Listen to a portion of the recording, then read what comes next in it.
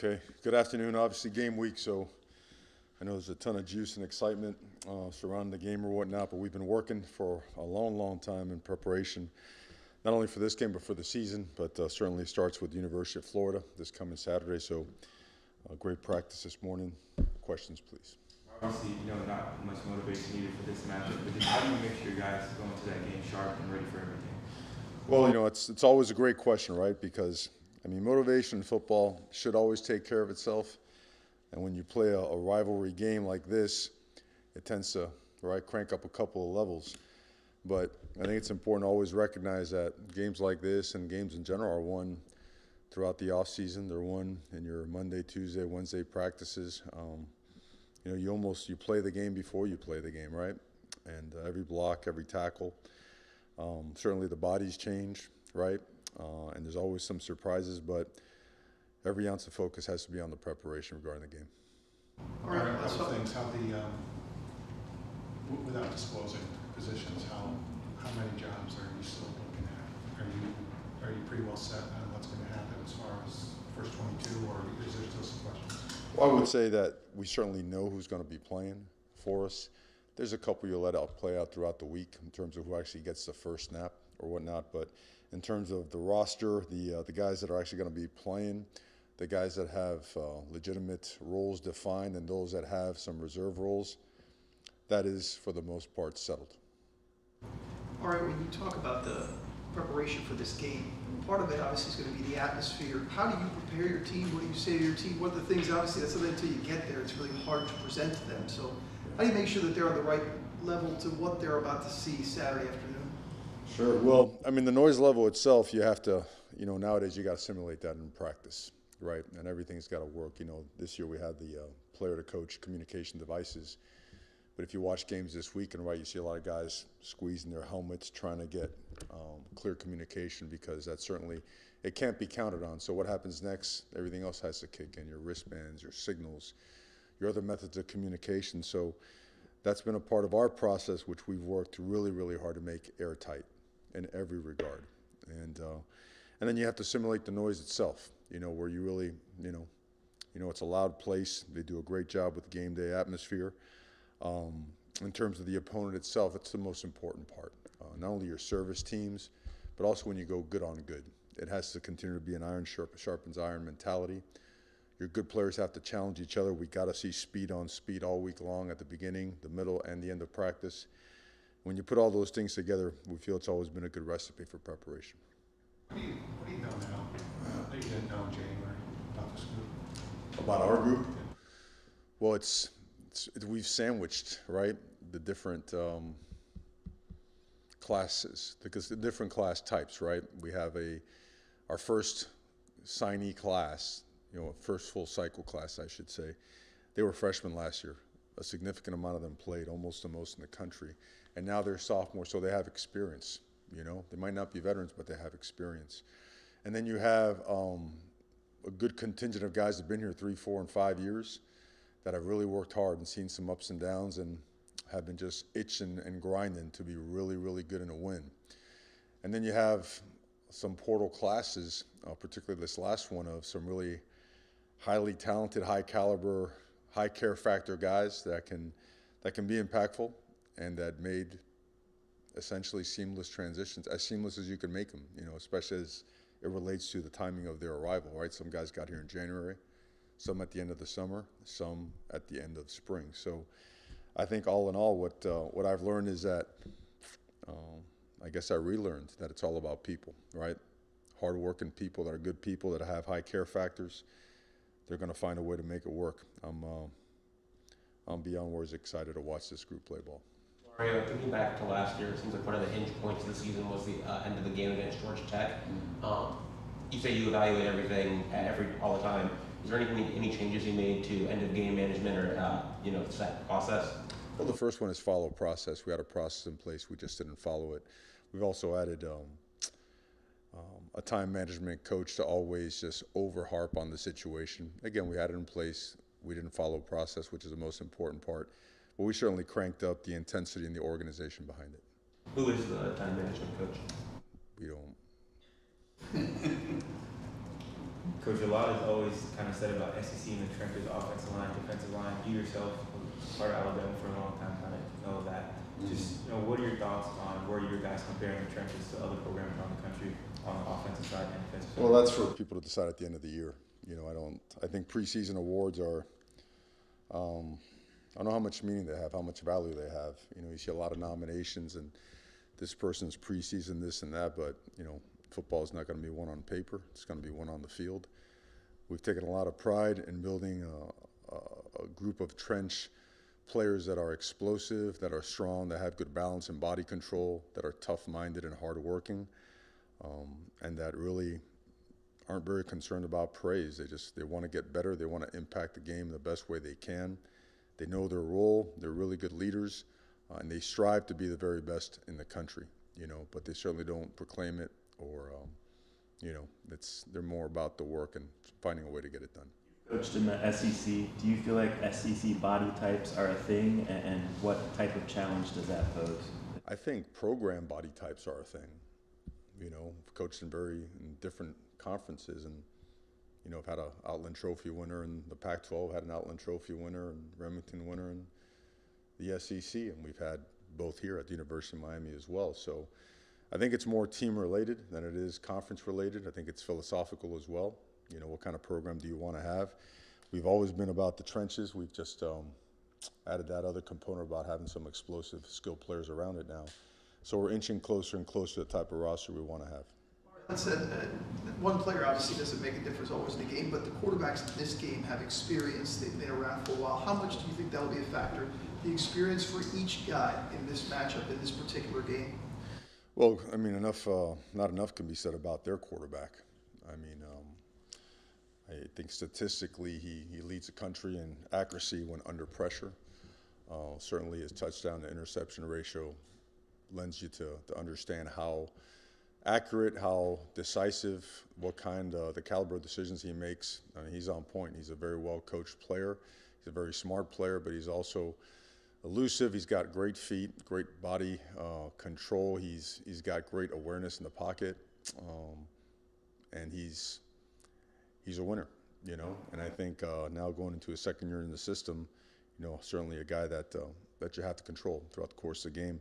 Cam Ward has been at different places, and every place he's been, he's just gotten better and better and better. And sometimes he's been playing from ahead and sometimes from behind, but he just plays, and he plays at an extremely high level. And he's done that since the day he got here. There's no limitations as it relates to installing game plan, as it relates to him. Sometimes you got to slow it down so that everybody gets it. But I think a quarterback like him, he's so focused and concerned about the team doing well that he's willing to do whatever it takes to make the team do well. So all in all, a winner, an alpha, a leader. So he'll have a massive impact on us. I want to go back to the new communication rule. Because you're right, every game that you watch Saturday, whether it was a neutral site in Ireland or whatever, quarterbacks were covering the earholes like crazy. Is this something coaches wanted? Because it's a new toy, which is nice. Everybody likes a new toy, but you got to figure it out kind of on the fly, and it seems like it could be more harm than help almost. Well, we're going to find out. We're going to find out in a hurry. But I think a lot of people wanted it, and there was a very strong contingent of those that didn't want it, that really rely heavily on their hand signals and tempo and whatnot. And they feel they get slowed down by that process, and they got to get used to that cutoff. And what do you say right before the cutoff that you can't change after the cutoff? Can you get a hold of a guy? And now you got to keep track of green dots. If you have two on the field, it's a penalty. So there's a lot of things that go with this. In conjunction with this, you also have that technology on the sideline, the use of tablets, which had never been used before. So there's a lot, and as long as it's used the right way, efficiently, as long as the information is presented with clarity, it's a bonus. If it's unorganized and jumbled, then you could create your own issues as well. 2-minute timeout, which we can't say 2-minute warning, Right. or whatever. To change strategy in any way, or is it just you think It does.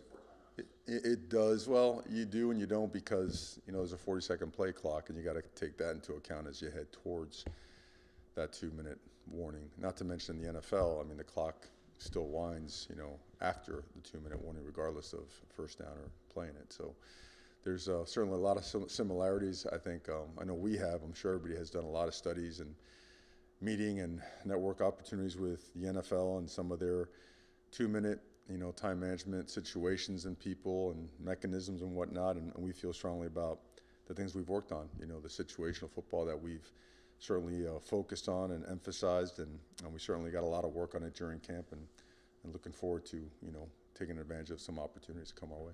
Back to the trenches and sandwiching with the portal, the 3 D tackles that you guys put in, Simeon, CJ, and Marley, just the value that they can bring with their experience and being able to help you guys on the front. Absolutely, it's such a hard position to develop, and it's probably one of the biggest areas of need that we had here at Miami for a bit now. And when guys have experience, when they're seasoned, they understand. And they feel those double teams, the bump blocks, the reach blocks, the back blocks, all that stuff. They're able to, read splits and stances and understand backfield sets. They communicate better. They understand the urgency of completing an assignment as it relates to just gap responsibilities and whatnot. So those guys they're hard workers. They're really tough, which we love, and they all have high motors, and they're really competitive. So they've been great mentors for the young guys. You certainly see our young guys improving because of the type of leadership these guys are displaying. Mario, how do you feel about the team's health coming out of camp, and were there any significant injuries in camp? Yeah, I feel good. We all feel good about our health in camp. I don't know if we had a significant injury, we certainly wouldn't share it at this time, and I don't mean any disrespect out of that, but I can honestly say that we feel very good about our health coming out of camp. You talked about classes kind of sandwiching together, all coming together. Culture-wise, do you think the program is where it needs to be a successful program around the country? It's getting there, and it's getting there because I think the caliber of human being, the caliber of competitor, and care factor. A lot of it starts and ends with what you are when you're away from the building, and when you start cranking out successive highest GPAs in team history, and we've always done really well with community service, but to again just knock those numbers out and then just see time invested with the younger players, time invested with each other, just finding ways to improve relationships and connection. The best thing in the world is getting, for football, I believe, is getting a lot of like-minded people together. Because when they're like-minded and they're high-achieving, they're strong alpha personality types, they're going to compete. They're going to try to knock each other out in practice, but they're going to want to get better. And we've gotten better in that regard. Are we all the way there? I mean, that's to be determined on the field. Do we feel good about it? Absolutely. I think coaches get some form of this question before they're opener every year, so I apologize, but you're going to know more about Fan and Ball State and whoever the 4th game is, because you'll have film. How do coaches not go crazy about all the unknowns in week 1? Because how do they not go crazy? Or to what level of crazy do they actually get to? Probably better, right?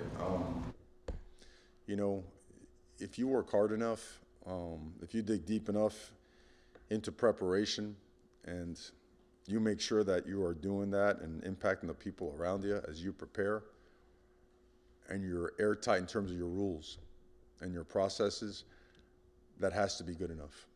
The rest, right, is game day, making it happen. And the biggest thing is when you get into a game like this, you've done all the work, right? You've had all these practices, you've installed the plays you feel great about and whatnot, but you want to make sure that while all that's being done, that there's trust and confidence in the players and in each other.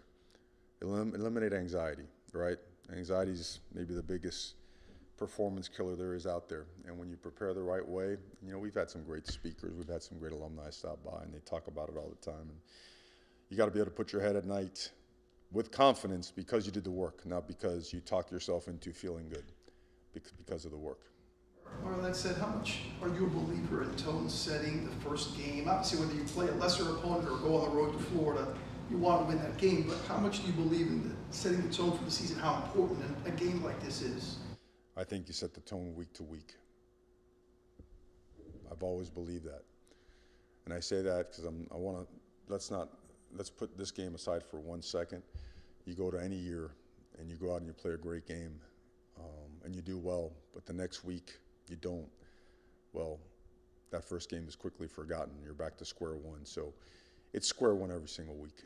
You know, the one and oh mentality has permeated college football and really all sports, because everyone is really understanding more and more the importance of being where your feet are right now. Don't allow yourself to drift, you know, and just get ahead of yourself, because typically when you do, you're just not seeing all the bumps in the road in front of you. So we stay very grounded in our approach to our opponent. I wanted to ask you about Ruben. When a kid comes in and has a lot of success quickly, you can go one of two ways. Either he says, I'm good, and stays there, or he looks in the mirror and says, this is where I can get to. How has he gotten better since the end of last season in your eyes? Well, I think I'd like to answer that question by saying that it relates to our program's progress. The best thing we could do for Ruben Bain is bring guys like Francis Mainoa and bring in Markel Bell, you know, and Tommy Kinsler, and bring in guys that'll challenge him on a daily basis at the line of scrimmage. You know, getting Akeem Mesdor healthy, bringing Elijah Alston in, right? Tyler Barron in, bringing Armando Blunt in, bringing guys that are going to just not allow you to get comfortable, you know, because again, that's a great accomplishment, and that was last year. We owe it to Ruben Bain to absolutely push him to the edge, to make sure he maximizes his great potential. And he doesn't shy away from that competition. He's taken a great step forward in terms of leadership, so we expect him to take another step forward as well in his performance. You guys face the two other big three programs in the state this year. How much, if you were to win both of those games, does that make an impression on recruiting around Florida, you know, playing those big high-profile teams in the state and potentially beating both of them and showing that you're in a better spot than them? All focus on Florida. Coach Napier, you coached with him at Alabama for a few years. Your relationship and just your thoughts on him as a coach. Yeah, hard worker, really good person. You know, he certainly was a pretty interesting collection of coaches back there, and we all took a ton of pride in our work and working for Coach Saban, and had a lot of success together. But certainly, you know, have tremendous amount of respect for him. Great family man as well. So certainly a guy that I have a lot of respect for. Anything else, Coach? All right. Thanks, Coach. Thank you, guys. Thank you. Thanks, Coach.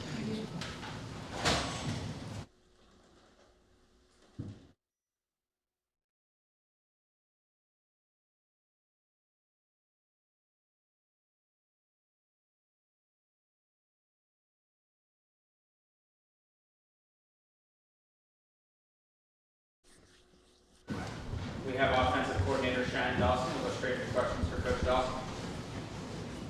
Coach, what do you think of the new communication rule and how much of one extra thing to deal with? Is it a good thing? Is it a bad thing? You don't know yet because you haven't done it. Yeah, I mean, you stole my answer with your second part of that. I personally like it, but I also haven't been through a game. And so I've talked to multiple NFL guys that, you know, the worry is like, does it cut out? You know, I mean, how consistent is it? We have obviously things in place if it does, but you know, I don't know until I go through a game. I mean, the feedback I've gotten is like it's pretty consistent, but it does cut out at times. So, you know, that's what I would anticipate. But again, like we're kind of in uncharted territory with that, especially at our level. So when we go through a game, there's going to be some adjustments. No different than every game one, you know, but this one's a little bit different because there is some factors involved that are different than other years. Primary? What's that? Will that be the primary form of communication on Saturday, or are you still going to? Look, we have multiple ways, put it that way. And so, you know, we have multiple ways to get to play in, and we're not going to rely on one system. We can't, you know, just can't. Coach Mario just mentioned about every stop that Cam Ward's been on, he's found ways to grow. Since he's gotten with you guys, where have you seen him grow the most? You know, that's a good question. You know, I wasn't with him before, so personality-wise and everything, I mean, I'm dealing with him from when he got here till now. And so I would say he's done a really good job of incorporating within our team. You know, this is not about one person, you know, and that was the one thing I sold to him in recruiting was, you know, I'll give you an opportunity to come be a part of something that I feel could be really special, and you can be surrounded by really talented guys and showcase your ability. And just conforming into our offense and to our culture is probably the biggest. I don't know if he's been a part of a culture like ours. I know I haven't before I got here. And so, you can see him through time really incorporate into our culture and embrace it, which is huge. Obviously, you have Cam Ward, all the receivers around him, and then stable running backs. Kind of, what do you think the identity of this offense is going to be this year? What should people expect? And hopefully, we can attack you in a lot of different ways. Being multiple is key. We're going to run the football. We're big up front. We're physical. Our running back room's talented. Our tight end room's talented. And so being able to do a lot of different things from the same personnel group is huge. And so, hopefully we can attack you in a lot of different ways at a lot of different speeds. And so that's the key. And how does it compare to what you had at Houston? You had that 1 year where you had a lot of playmakers to work with and put up huge numbers. How does what you're going into the season with compare to that? Offensively, we're just different than we were then. Our run game is different. I would say we're completely different up front and in those rooms. And so, really, I don't know if there's a correlation between the two other than the fact that, I had an older quarterback that was talented and with some people around him that were talented. It's probably the correlation. Other than that, I'm not sure. We still got to do it on the field, which there that year, I think we won 12 that year. We lost the first one and won like 11 straight. And so, I think that first loss that year was probably the reason why we won 11 straight, to be honest with you, because it got everybody on the same page and focus. But I don't know if there's a lot of similarities, to be honest with you. I'd have to sit down and really think about that. The depth of the running back room, Mario this morning on radio compared it to like a baseball pitching staff. Yes. Starting lineup core. I would guess you would think of it as a great problem to have. No doubt. And if you look at, what we did last year, it was really, we rolled running backs in there. Now when somebody was hot, they were hot. And, but, you look at a running back's job description and it's tough. The things that they have to do in the course of a game and in the course of a year, it can bring some wear and tear on your body. And I do think having some people that can go in and kind of share that abuse is important. And they have to pick up blitzes from linebackers that are really talented.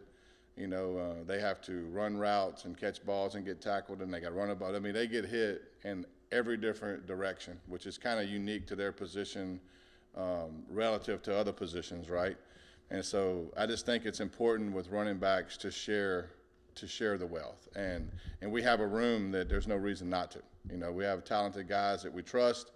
Put them in there and let them play ball. And Mario talked about like the late game process, time management stuff, bringing in a time management coach. How much do you guys in meetings or anything go over, in X situation we do this and why we do this? How much do you guys talk about that? A lot. There's situations that come up in every practice. We work 2-minute drills, 4-minute drills throughout camp almost every day.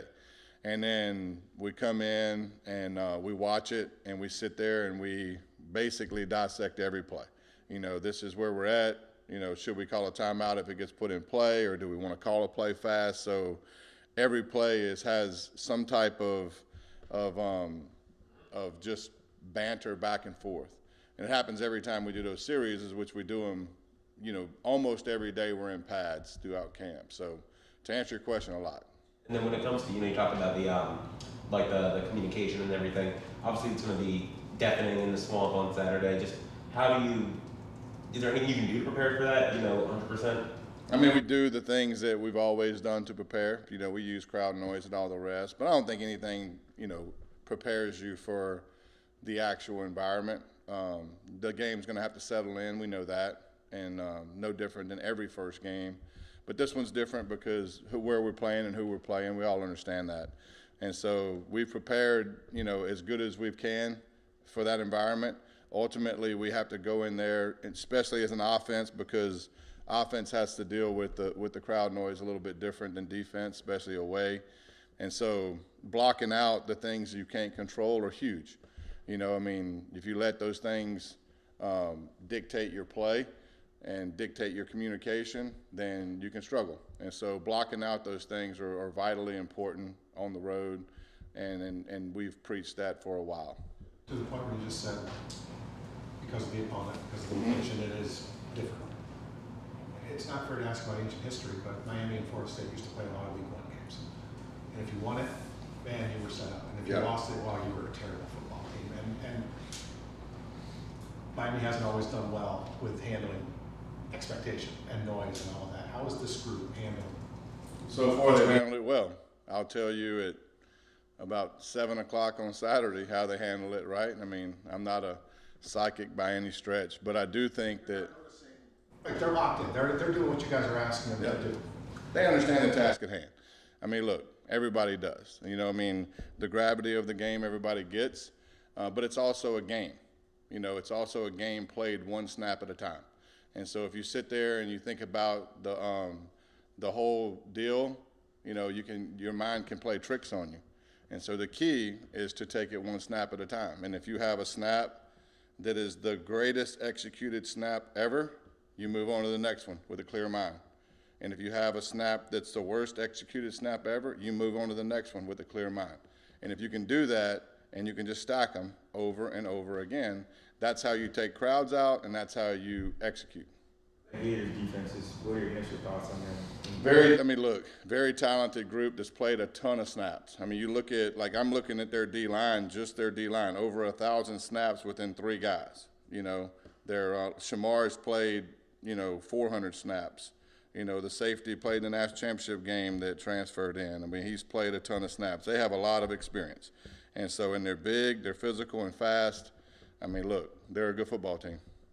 How much of a different player is Elijah Arroyo year over year? You know, I mean, that's a simple question because he didn't play last year, right? And so he's a very talented kid, and he's really, blossoming in everything we're doing. And so I'm excited to watch him play, to be honest with you. He's been a pleasure to be around. Great attitude, too.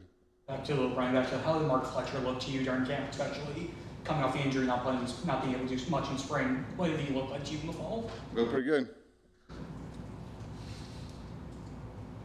Anything else for Coach Dawson? How much have you talked to Cam about just his experience of playing on the road, over the course of the last 4 years? What he likes to do on the road, what he doesn't like to do on the road? Just what have those conversations been like? You mean plays or just in general? Plays, getting, ready, just anything. Off the field. No, I mean, I don't really worry about that with him. He's played in a lot of big games. He's played in some venues that are tough. He understands that where we're going is going to be challenging. The more I talk to him is just about clear communication. He's got to communicate everything, and it's going to be loud. We get that. But, everything's got to be communicated in a certain way calmly, which, if we communicate with the 11 guys on the field and everybody's on the same page, feel really good. So I don't really talk to him about anything other than, our offense, managing play to play, series to series, and situation to situation, really dissecting that more than anything. The other stuff, that I can't control, I typically don't worry about too much, to be quite honest with you. And I can't control that. How was Sam Brown's acclimation process during camp? Because he got here right before the start. It's been good. I mean, he, from the beginning of camp till now, he did a really good job of getting in here and learning the offense, because it is a little different than when I had him at Houston. We asked the receivers to do different things. It's not the same. And so there's parts of it that are, but for the majority, it's different. And so he's done a really good job of learning it and hit the ground running, so it wasn't a lot of lag with him. He hit the ground, and he's a high football IQ guy. He picks up things very quickly. And so, but that was the biggest deal. And I told him, I said, look, you got to get in there and learn it because it's not exactly the same. And so, and he did that, and he's had a great attitude and just make plays, right? It's a better question for Mario, I acknowledge just before I ask it, but the fact that players turn over all the time, but the staff is largely intact from last year, what sort of an edge can that be for a group that, by now you all know what you're all thinking without having to say it? Well, what people don't want to admit about this profession a lot of times is consistency over time wins. You know, and if you keep things consistent and the schemes are solid and the people get used to working together, then, and players are the same way. You know, you have players over time running the same plays, and if they have bank reps at running the same plays, spaced repetition is how you learn things from day one. You know, you're better at tying your shoes now than you were when you were a kid because you've done it more, right? And so spaced repetition is the key. That's why my man wears Velcro. He said he can't do the tying of the knots yet. So Velcro's there for some people, you know. Some people need it. Step-ins. Step-ins. Sketchers. Yeah, I knew you were a sketcher guy, man. I can look at you and tell. But he's great at stepping in. Yeah, it's all good. You know. Do you need the little hill deal, or it just goes right in? Oh, right in. It goes right in? That's nice. That makes life easy. You ain't got to worry about your back either, you know. You ain't got to bend over. Bending over is challenging at times. The more I grow in the midsection, the harder it is to bend over. Awesome. Thanks, Coach Dawson. Appreciate it, guys. Thank you.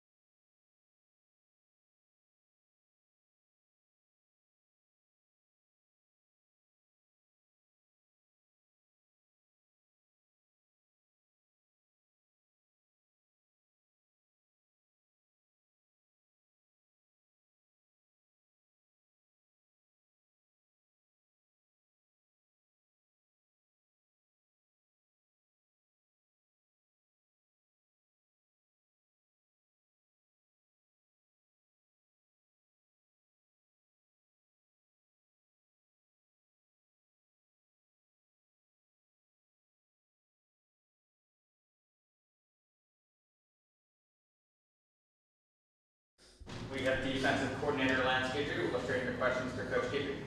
Coach Guidry, building that you're, Louisiana a little bit, are you familiar with him? Just what are your thoughts on that Florida Gator offense? You can see some similarities from when he was at UL Lafayette.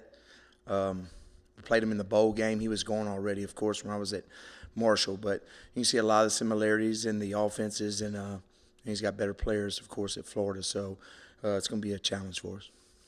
Lance, we were talking to Mario and Shannon about like the new communication systems. Who's going to be wearing the in-ear or in-helmet headset on defense? We'll have linebackers in it. I think if we're a safety-driven defense, but you have to get the calls to the defensive lineman, and you can't give the call to just the secondary guy, and he'd be able to relate it. So it'll go through backers, and that's kind of the way we'll do it, and we'll still have communications other ways. How much have you guys worked on that just through fall camp? Every day, so getting used to getting the call. I think it does help with tempo offenses, being able to line up your front. They don't have to cut their eyes to the sideline, and so I like it. Hopefully they don't go out. Everybody says they tend to go out in games. Lance, people tend to focus on offense when they talk about having pieces to work with, but you've got a lot more pieces to work with this year on defense than you had a year ago. Talk a little bit about how that changes your approach. Will it change the way you call games? Yeah. Well, the first thing you notice is that we have some depth at defensive line. And we have some guys that are combo guys that can play inside, can play outside. So we feel like we can have our best four on the field at all times. Last year we ran into some depth problems, of course, and we had to jump into some 3-3 stack stuff. we're not going to have to do that this year. I think we have got enough guys up front and feel good about our linebackers as well. So I think we have depth at those two spots in the secondary, a little bit thinner than the rest of the defense, but I definitely think the strength is up front for us. Talk about the So does that change you as a coordinator? You look at offenses and you look at what they do, and then you look at what you have in your package, and you try to create one-on-ones maybe with your defensive lineman if that's your strength. So, I've always been a four-down guy. So we've got more combo guys here than I've had in other places. So I think we'll be able to do more things. But it's all about what you see when you turn on the film and about the matchups of what you need to do. How much secondary help do you need to stop the run, or can your front four, apply pressure and stop run gap stuff? So.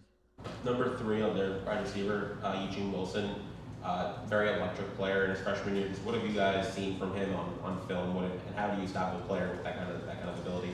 Well, they put him in a lot of different spots, of course. He's a wide receiver that doesn't motion. He's a wide receiver that does motion. He goes into the backfield some. So I think depending on what their situation is at running back, I'm expected to see him maybe line up in the backfield with some plays, and that changes things, So will they do it with wide receivers, all wide receivers and a tight end, or will they do it with the running back in the game with him back there as well? So that's a whole different, personnel grouping. So we're working on some of those plays, of course, and try to give as many looks. But game one, you don't really know what you're going to get. You got a whole season that you looked at. Sometime you look at it too much, and on game one, you don't see anything that you saw. But there'll be some things that come up from the past, but I'm sure they have some new wrinkles going into the first game. Kiko coming back, having him in the middle of your defense for a second year, just the value that he brings, just how important is he going to be to the defense? Yeah, I think he'll be calm in the storm. I think he'll play extremely fast. He's played a lot of football, communicates well, knows defense backward and forward. He can play the wheel back or the mic. So he's definitely a good one to have in your defense with experience and being a playmaker that he is. Younger defensive back that's making some moves in camp, O.J. Federico. What has he done so far that's allowed you guys to be confident in him, and just what stands out about him so early on? Probably his competitive nature. I remember one of the first days that he was here in fall camp, he went up against an older wide receiver and he covered him and he didn't back down. And from there, your eyes kind of started to open, and just the ability to play the ball down the field and not panic, looking back for the ball and not, playing scared, so say. So he's got a knack to him. He's big. He's more physical than you think. So as a freshman to come in and not blink like that is really, it's not common. So we're really excited about him. I think he's got a great future here at Miami. What do you say about Graham Mertz and the challenge of facing an experienced quarterback like that? Yeah, he processes things really well. What he sees on film, he's going to know what to do. You're going to have to disguise a little bit maybe against him. He's going to know where to go with the football. He'll take the check down. He won't always throw it downfield, so he's smart. And then he can run. He can buy time. And when he gets out on the perimeter, he'll try to get you off your feet by pumping the ball and things like that. So he's a gamer. Played guys like him last year, I think, similar. Guy from Texas A&M, guy from Georgia Tech was like that. We faced some good quarterbacks last year, but he's definitely in that same world as them. And you can tell the offense goes through him. He's experienced, and Coach Napier feels good about him, you can tell. Having a guy like Akeem Mesidor back in the fold, healthy, plays inside, plays outside, how awesome is that for you? Good, because, he's a twitchy guy that can play inside. He can also come off the edge, so he'll be used in a lot of different ways. And I'm excited that he's healthy.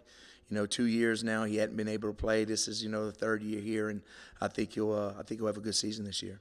One of the things with Jaden Harris, I remember I spoke to Cam Kitchens about him last year, and he said that once his confidence gets up, he's going to be really good. How have you seen his confidence maybe change or grow in the spring and fall? Getting better and better. He can make a lot of checks back there, whereas last year he couldn't. He knows the defense a lot better now.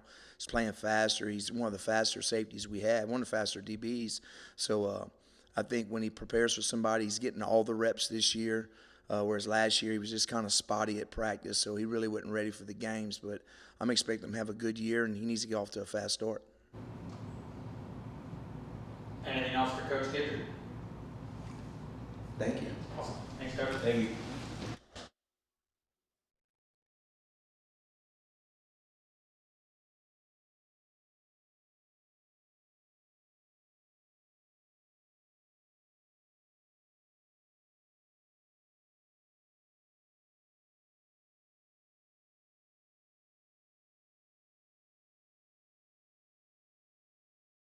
Dan Radakovich joining us. We'll start with a brief opening statement and get into questions. Dan? Well, good afternoon, everybody. It's great to see you. Excited about the start of another school year. It's great to see our student athletes all back on campus as well. You know, 4 of our sports will be in action this coming weekend, so getting everything into full tilt. And obviously, as the coaches that you've had an opportunity to just hear from, we're really excited about the opportunity to play Florida in the Swamp. And also, we're excited about the 4,000, at least 4,000. That's the number of tickets we got. So we'll have those all sold, and I'm sure there'll be some other Hurricane fans that will be in the Swamp whenever we take on the Gators at 3:30. So really appreciate the opportunity to be here, and look forward to answering your questions. Dan, has there been any conversation about another home and home? I know you still have one more game, obviously, but you do these so many years in advance. Has there been any conversation with Florida about another home and home? At this point in time, not. I look forward to seeing Scott this weekend on the trip. And just in my number of years of being an athletic director, sometimes when you're on these trips and you have one of these non-conference games is when you really start saying, hey, this has worked out real well for both sides. So is there let's get together in the near future and talk about upcoming opportunities. Dan, did you say that you guys have sold the 4,000 ticket along? Yes. Okay, just wanted to double check. And then with the football operations center, just how is the progress on that been coming along? I think I saw you guys were originally hoping to break ground this last year, but I don't think that's happened yet, if I recall. So what's the status of that? We pivoted a little bit. We're moving, the football operations center is still the thing that we want to get done long term, but we're moving forward and extending the indoor practice facility, creating a new weight room. We actually are looking forward to getting that done and having some dirt moved and some early packages done during this fiscal year of the university. So, the things that are going to help our student athletes get better each and every day, whether it's the weight room or expanding the indoor practice facility, I think we're going to try to get those done first. And I always like to ask you, when I see any update on potential softball program? No, well, let me just tell you, there's been a lot going on in intercollegiate athletics over the last few months. So we've decided to make sure we're really good with where we are programmatically before we take that next step and add an additional program. We never want to put ourselves in a circumstance where we're scratching to make the thing work. We wanted to come in and do it at a high level. And that's why we're just taking a little pause right now until we see how the entire House settlement comes out and where we can go from there and continue to grow our programs. Along those lines, you've got to find, I think, about $2 million if baseball does go to however many scholarships it's going to go to. I'm sure your baseball coaching staff loves it. These changes, how much of a headache can they mean? It's good and it isn't because you got to find the money from somewhere. What is the unintended consequence, I guess, of all the things that are going on? Well, I just left a 2-hour meeting with our senior staff to talk through exactly how we're moving forward with that. So those, and that's not the first one we've had, okay? That was just today's. So I think we're continuing to look at some of those opportunities, what number of scholarships we're going to be looking at long term, because there really is 2 opportunities. One, what our aspirational numbers are for each one of those programs, and where do you get to in the first year that these opportunities are available to you. I don't know that you get to the maximum in the first year. So we need to be able to understand, okay, where do we think we're going to get to, and then how do we help cover those costs, and then get with the university and say, okay, how do we work together to make that happen? Kind of pivoting back to the Florida matchup, obviously these 2 programs don't play each other every single year. Why was it so important to get this home and home series with those guys? Well, first of all, I have to credit my predecessor, Blake James, for pulling that together. He and Scott worked on that. I don't know the exact date of the contract, but it's been on the books for a while. It is important because this is inside the state of Florida. These young people know one another from being in high school, competing against one another. They're a great SEC opponent and a great historical opponent. So that's why, to the first question that Gary asked, we want to be able to move forward, have some conversations to see if we can put another one on the books here in the not too distant future. It was 19. 19? When they got there. Okay. For whatever. Well, thank you. Appreciate that. I'm old. I remember stuff. From your standpoint, just acting President Joe Echeverria, just his relationship with the athletic department and his leadership right now from that standpoint. You know, I've been in the business 35 years, and I've worked either as an athletic director for a number of presidents and inside athletic departments. Joe is incredibly involved. He's incredibly supportive of our athletic program. He understands the value that our athletic program can bring to the entire enterprise of the University of Miami. As a graduate, I believe, in 1978, and then he went into the business world and watched from his business view how athletics helped the university grow over all those 2 decades of the 80s, 90s, and into the early 2000s, and sees how we can, again, really help from a brand perspective, being successful, move the institution to new levels. So he's been very supportive. He's a great confidant to be able to bounce ideas off of. But he's gotten a lot busier since he's gotten that acting president's title, I will tell you that. Kind of almost where, it's a really broad question, so I'm sorry, but is this kind of almost where university presidents are going to go now, where it's going to shift away from an academic to a CEO type, since the numbers are just so, they're not like ever before, and not just talking about athletics, everything. It's just not like 20 years ago. It's a great question, and sometimes we have to look to the past to understand the future. For years and years, directors of athletics were former coaches who had retired and moved on to different parts of the athletic department, and we could name a litany of people who were in that role. I think now, as institutions of higher learning are becoming more complex, that maybe it is for certain situations. I don't know that it's broad-based for everyone, but in certain situations, and maybe those that have medical centers associated with them or other different types of subsidiaries, not just the regular academy piece. Maybe folks with Joe's background are going to be looked at differently for those kind of roles. I certainly hope so here, because he, as I said, he's fantastic, one of the smartest people I've ever met and thoughtful people I've ever met. So from the standpoint of what he wants to do and the university wants to do, time will tell, but the archetype of what a university president is in the 2020s, 2030s, it may certainly change. Hey, Dan, from the University of Miami perspective, can you update us on where the thoughts are, the viewpoints are, where things stand in terms of the overall conference situation with the ACC and college football in general? Well, first and foremost, the University of Miami is a proud and happy member of the Atlantic Coast Conference, okay? And it is something that we've stated over and over again. I certainly understand where Florida State and Clemson are coming from as it relates to the questions that they have, but the conference in general has said, look, we're going to make sure that we protect our entire membership, and they're going to be very vigilant in doing that. Commissioner Phillips said that as recently as Saturday on game day when he was in Ireland. So all of those things will take care of themselves. We are now in a position where we're competing. Again, we're out of the summer where everybody was kind of looking at different things. We're now getting back into competition. So we look forward to competing with Florida State, competing with Clemson. They're valuable members of the Atlantic Coast Conference. And so we're looking to continue to move forward. As it relates to all of college football, I think, college football has taken a huge turn, moving from the 4-person playoff or 4-team playoff to a 12-team playoff, and all the idiosyncrasies that go along with that. I mean, we're going to have games, playoff games on college campuses, which I think are going to be incredibly exciting. Okay, but that'll be the first time that happens. And anytime you do anything for the first time, you're going to come back after 2 or 3 months and say, okay, we could have done this better.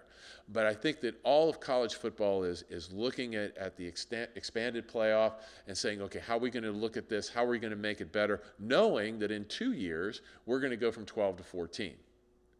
So it's going to continue to grow. College football, I think, is still incredibly healthy. From the standpoint of popularity, I believe it's only behind the NFL as it relates to overall TV viewership and those types of things. So really bullish on where college football is going to move to. You see basketball moving off 68? Ooh, that's a great question. You know, I know there's continued to be conversation about it. I know Jim has been a proponent of expanding the tournament. It may. I just don't know what the timing is of how to move forward. You know, they have not really had. They've not really expressed a timetable to look to expand it beyond 68.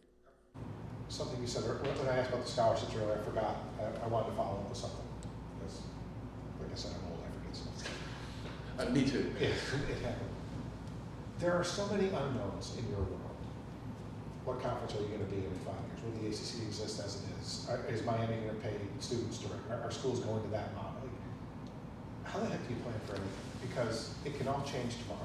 And I know, like, nothing is always, there's no absolutes ever, but the West has never been as wild as it is right now in college athletics. How do you have a 2-hour meeting with senior staff and plan stuff when the rug's going to be pulled out from underneath you more often than not? We'll have another 2-hour meeting because we'll look at whatever the landscape is. You know, we're looking at an enterprise that basically didn't change from the mid-'80s. You know, the last sea change was the decision with Georgia and Oklahoma from the Supreme Court to be able to open up television. That was really one of the bigger things. And then in the early 2000s, you know, they put these academic, you know, new academic restrictions in, the APR, the graduation success rate, progress towards a degree, and that was a pretty big sea change. But that wasn't, you know, fundamental to how the organization worked. It was really kind of focused on one goal, and that was to get student athletes to graduate. And you know what? They have, and they've come up to that challenge. And right now, you don't talk about that a whole lot because people see incredibly positive graduation rates at schools of higher education. So I think we've shown that we can adapt along the way. But this type of a change, you know, with the settlement, with paying student athletes, is going to take just, I think, a little more time to adapt and come forward with the rules. We still don't know what all the rules are. We hopefully will know when Judge Wilkins, you know, looks at the settlement, gives her comments, and maybe moves forward. Probably the timing that I'm hearing is the first quarter of 2025. And then we'll have to put everything together and move forward. Will the first year be without bumps? No. There'll be a lot of things that we'll learn in that first year as we move from this model to that model. But as history's told us, we can adjust and we can adapt. You talk about the rising expenses. Has anybody provided any hope that anytime in the near future that revenues in the ACC could increase significantly in some way, shape, or form? Well, you guys all know at this point in time, coming into this fiscal year, because of the addition of Cal, Stanford, and SMU, and their varying degrees of sharing of our media revenue, plus the increased money from the college football playoff, the ACC has created an incentive pool. So schools that are that do well in football, whether it be going to the college football playoff, being ranked at the end of the year inside of the CFP top 25, going to bowl games, and then for basketball making it into the NCAA tournament and moving forward, you know, all those schools will have an opportunity to participate in this incentive pool, which will help move it forward. That's the biggest change, Gary. I mean, that's the biggest change that we have going for us right now. When you ask about basketball tickets, Jim's obviously had great success the last few years. Christian's sort of probably an unknown entity to a lot of your fan base. Sure. But we all know the challenge of drawing to women's basketball. Are there ways, is there anything innovative that you're thinking about? Are you thinking about free for women's basketball? Like, I guess how creative do you have to be to get people in Watsco for the women's games? Yeah, it's an interesting question about free. You know, a lot of folks tried that during my tenure as director of athletics and being in athletics, and it never really has worked because people don't value what they don't pay for. So we have to have a great product, which I think, you know, obviously in the men's game and the women's game over the last few years, we've seen that, and we've seen increases in the number of people that have been inside the Watsco Center. The challenge now is to make sure that we continue doing that moving forward, continue to have a really high level of basketball, both in the men and women's game. And I believe Tricia, because she's the new person here, she did a great job in Toledo, where she was prior to coming to Miami, in growing her fan base.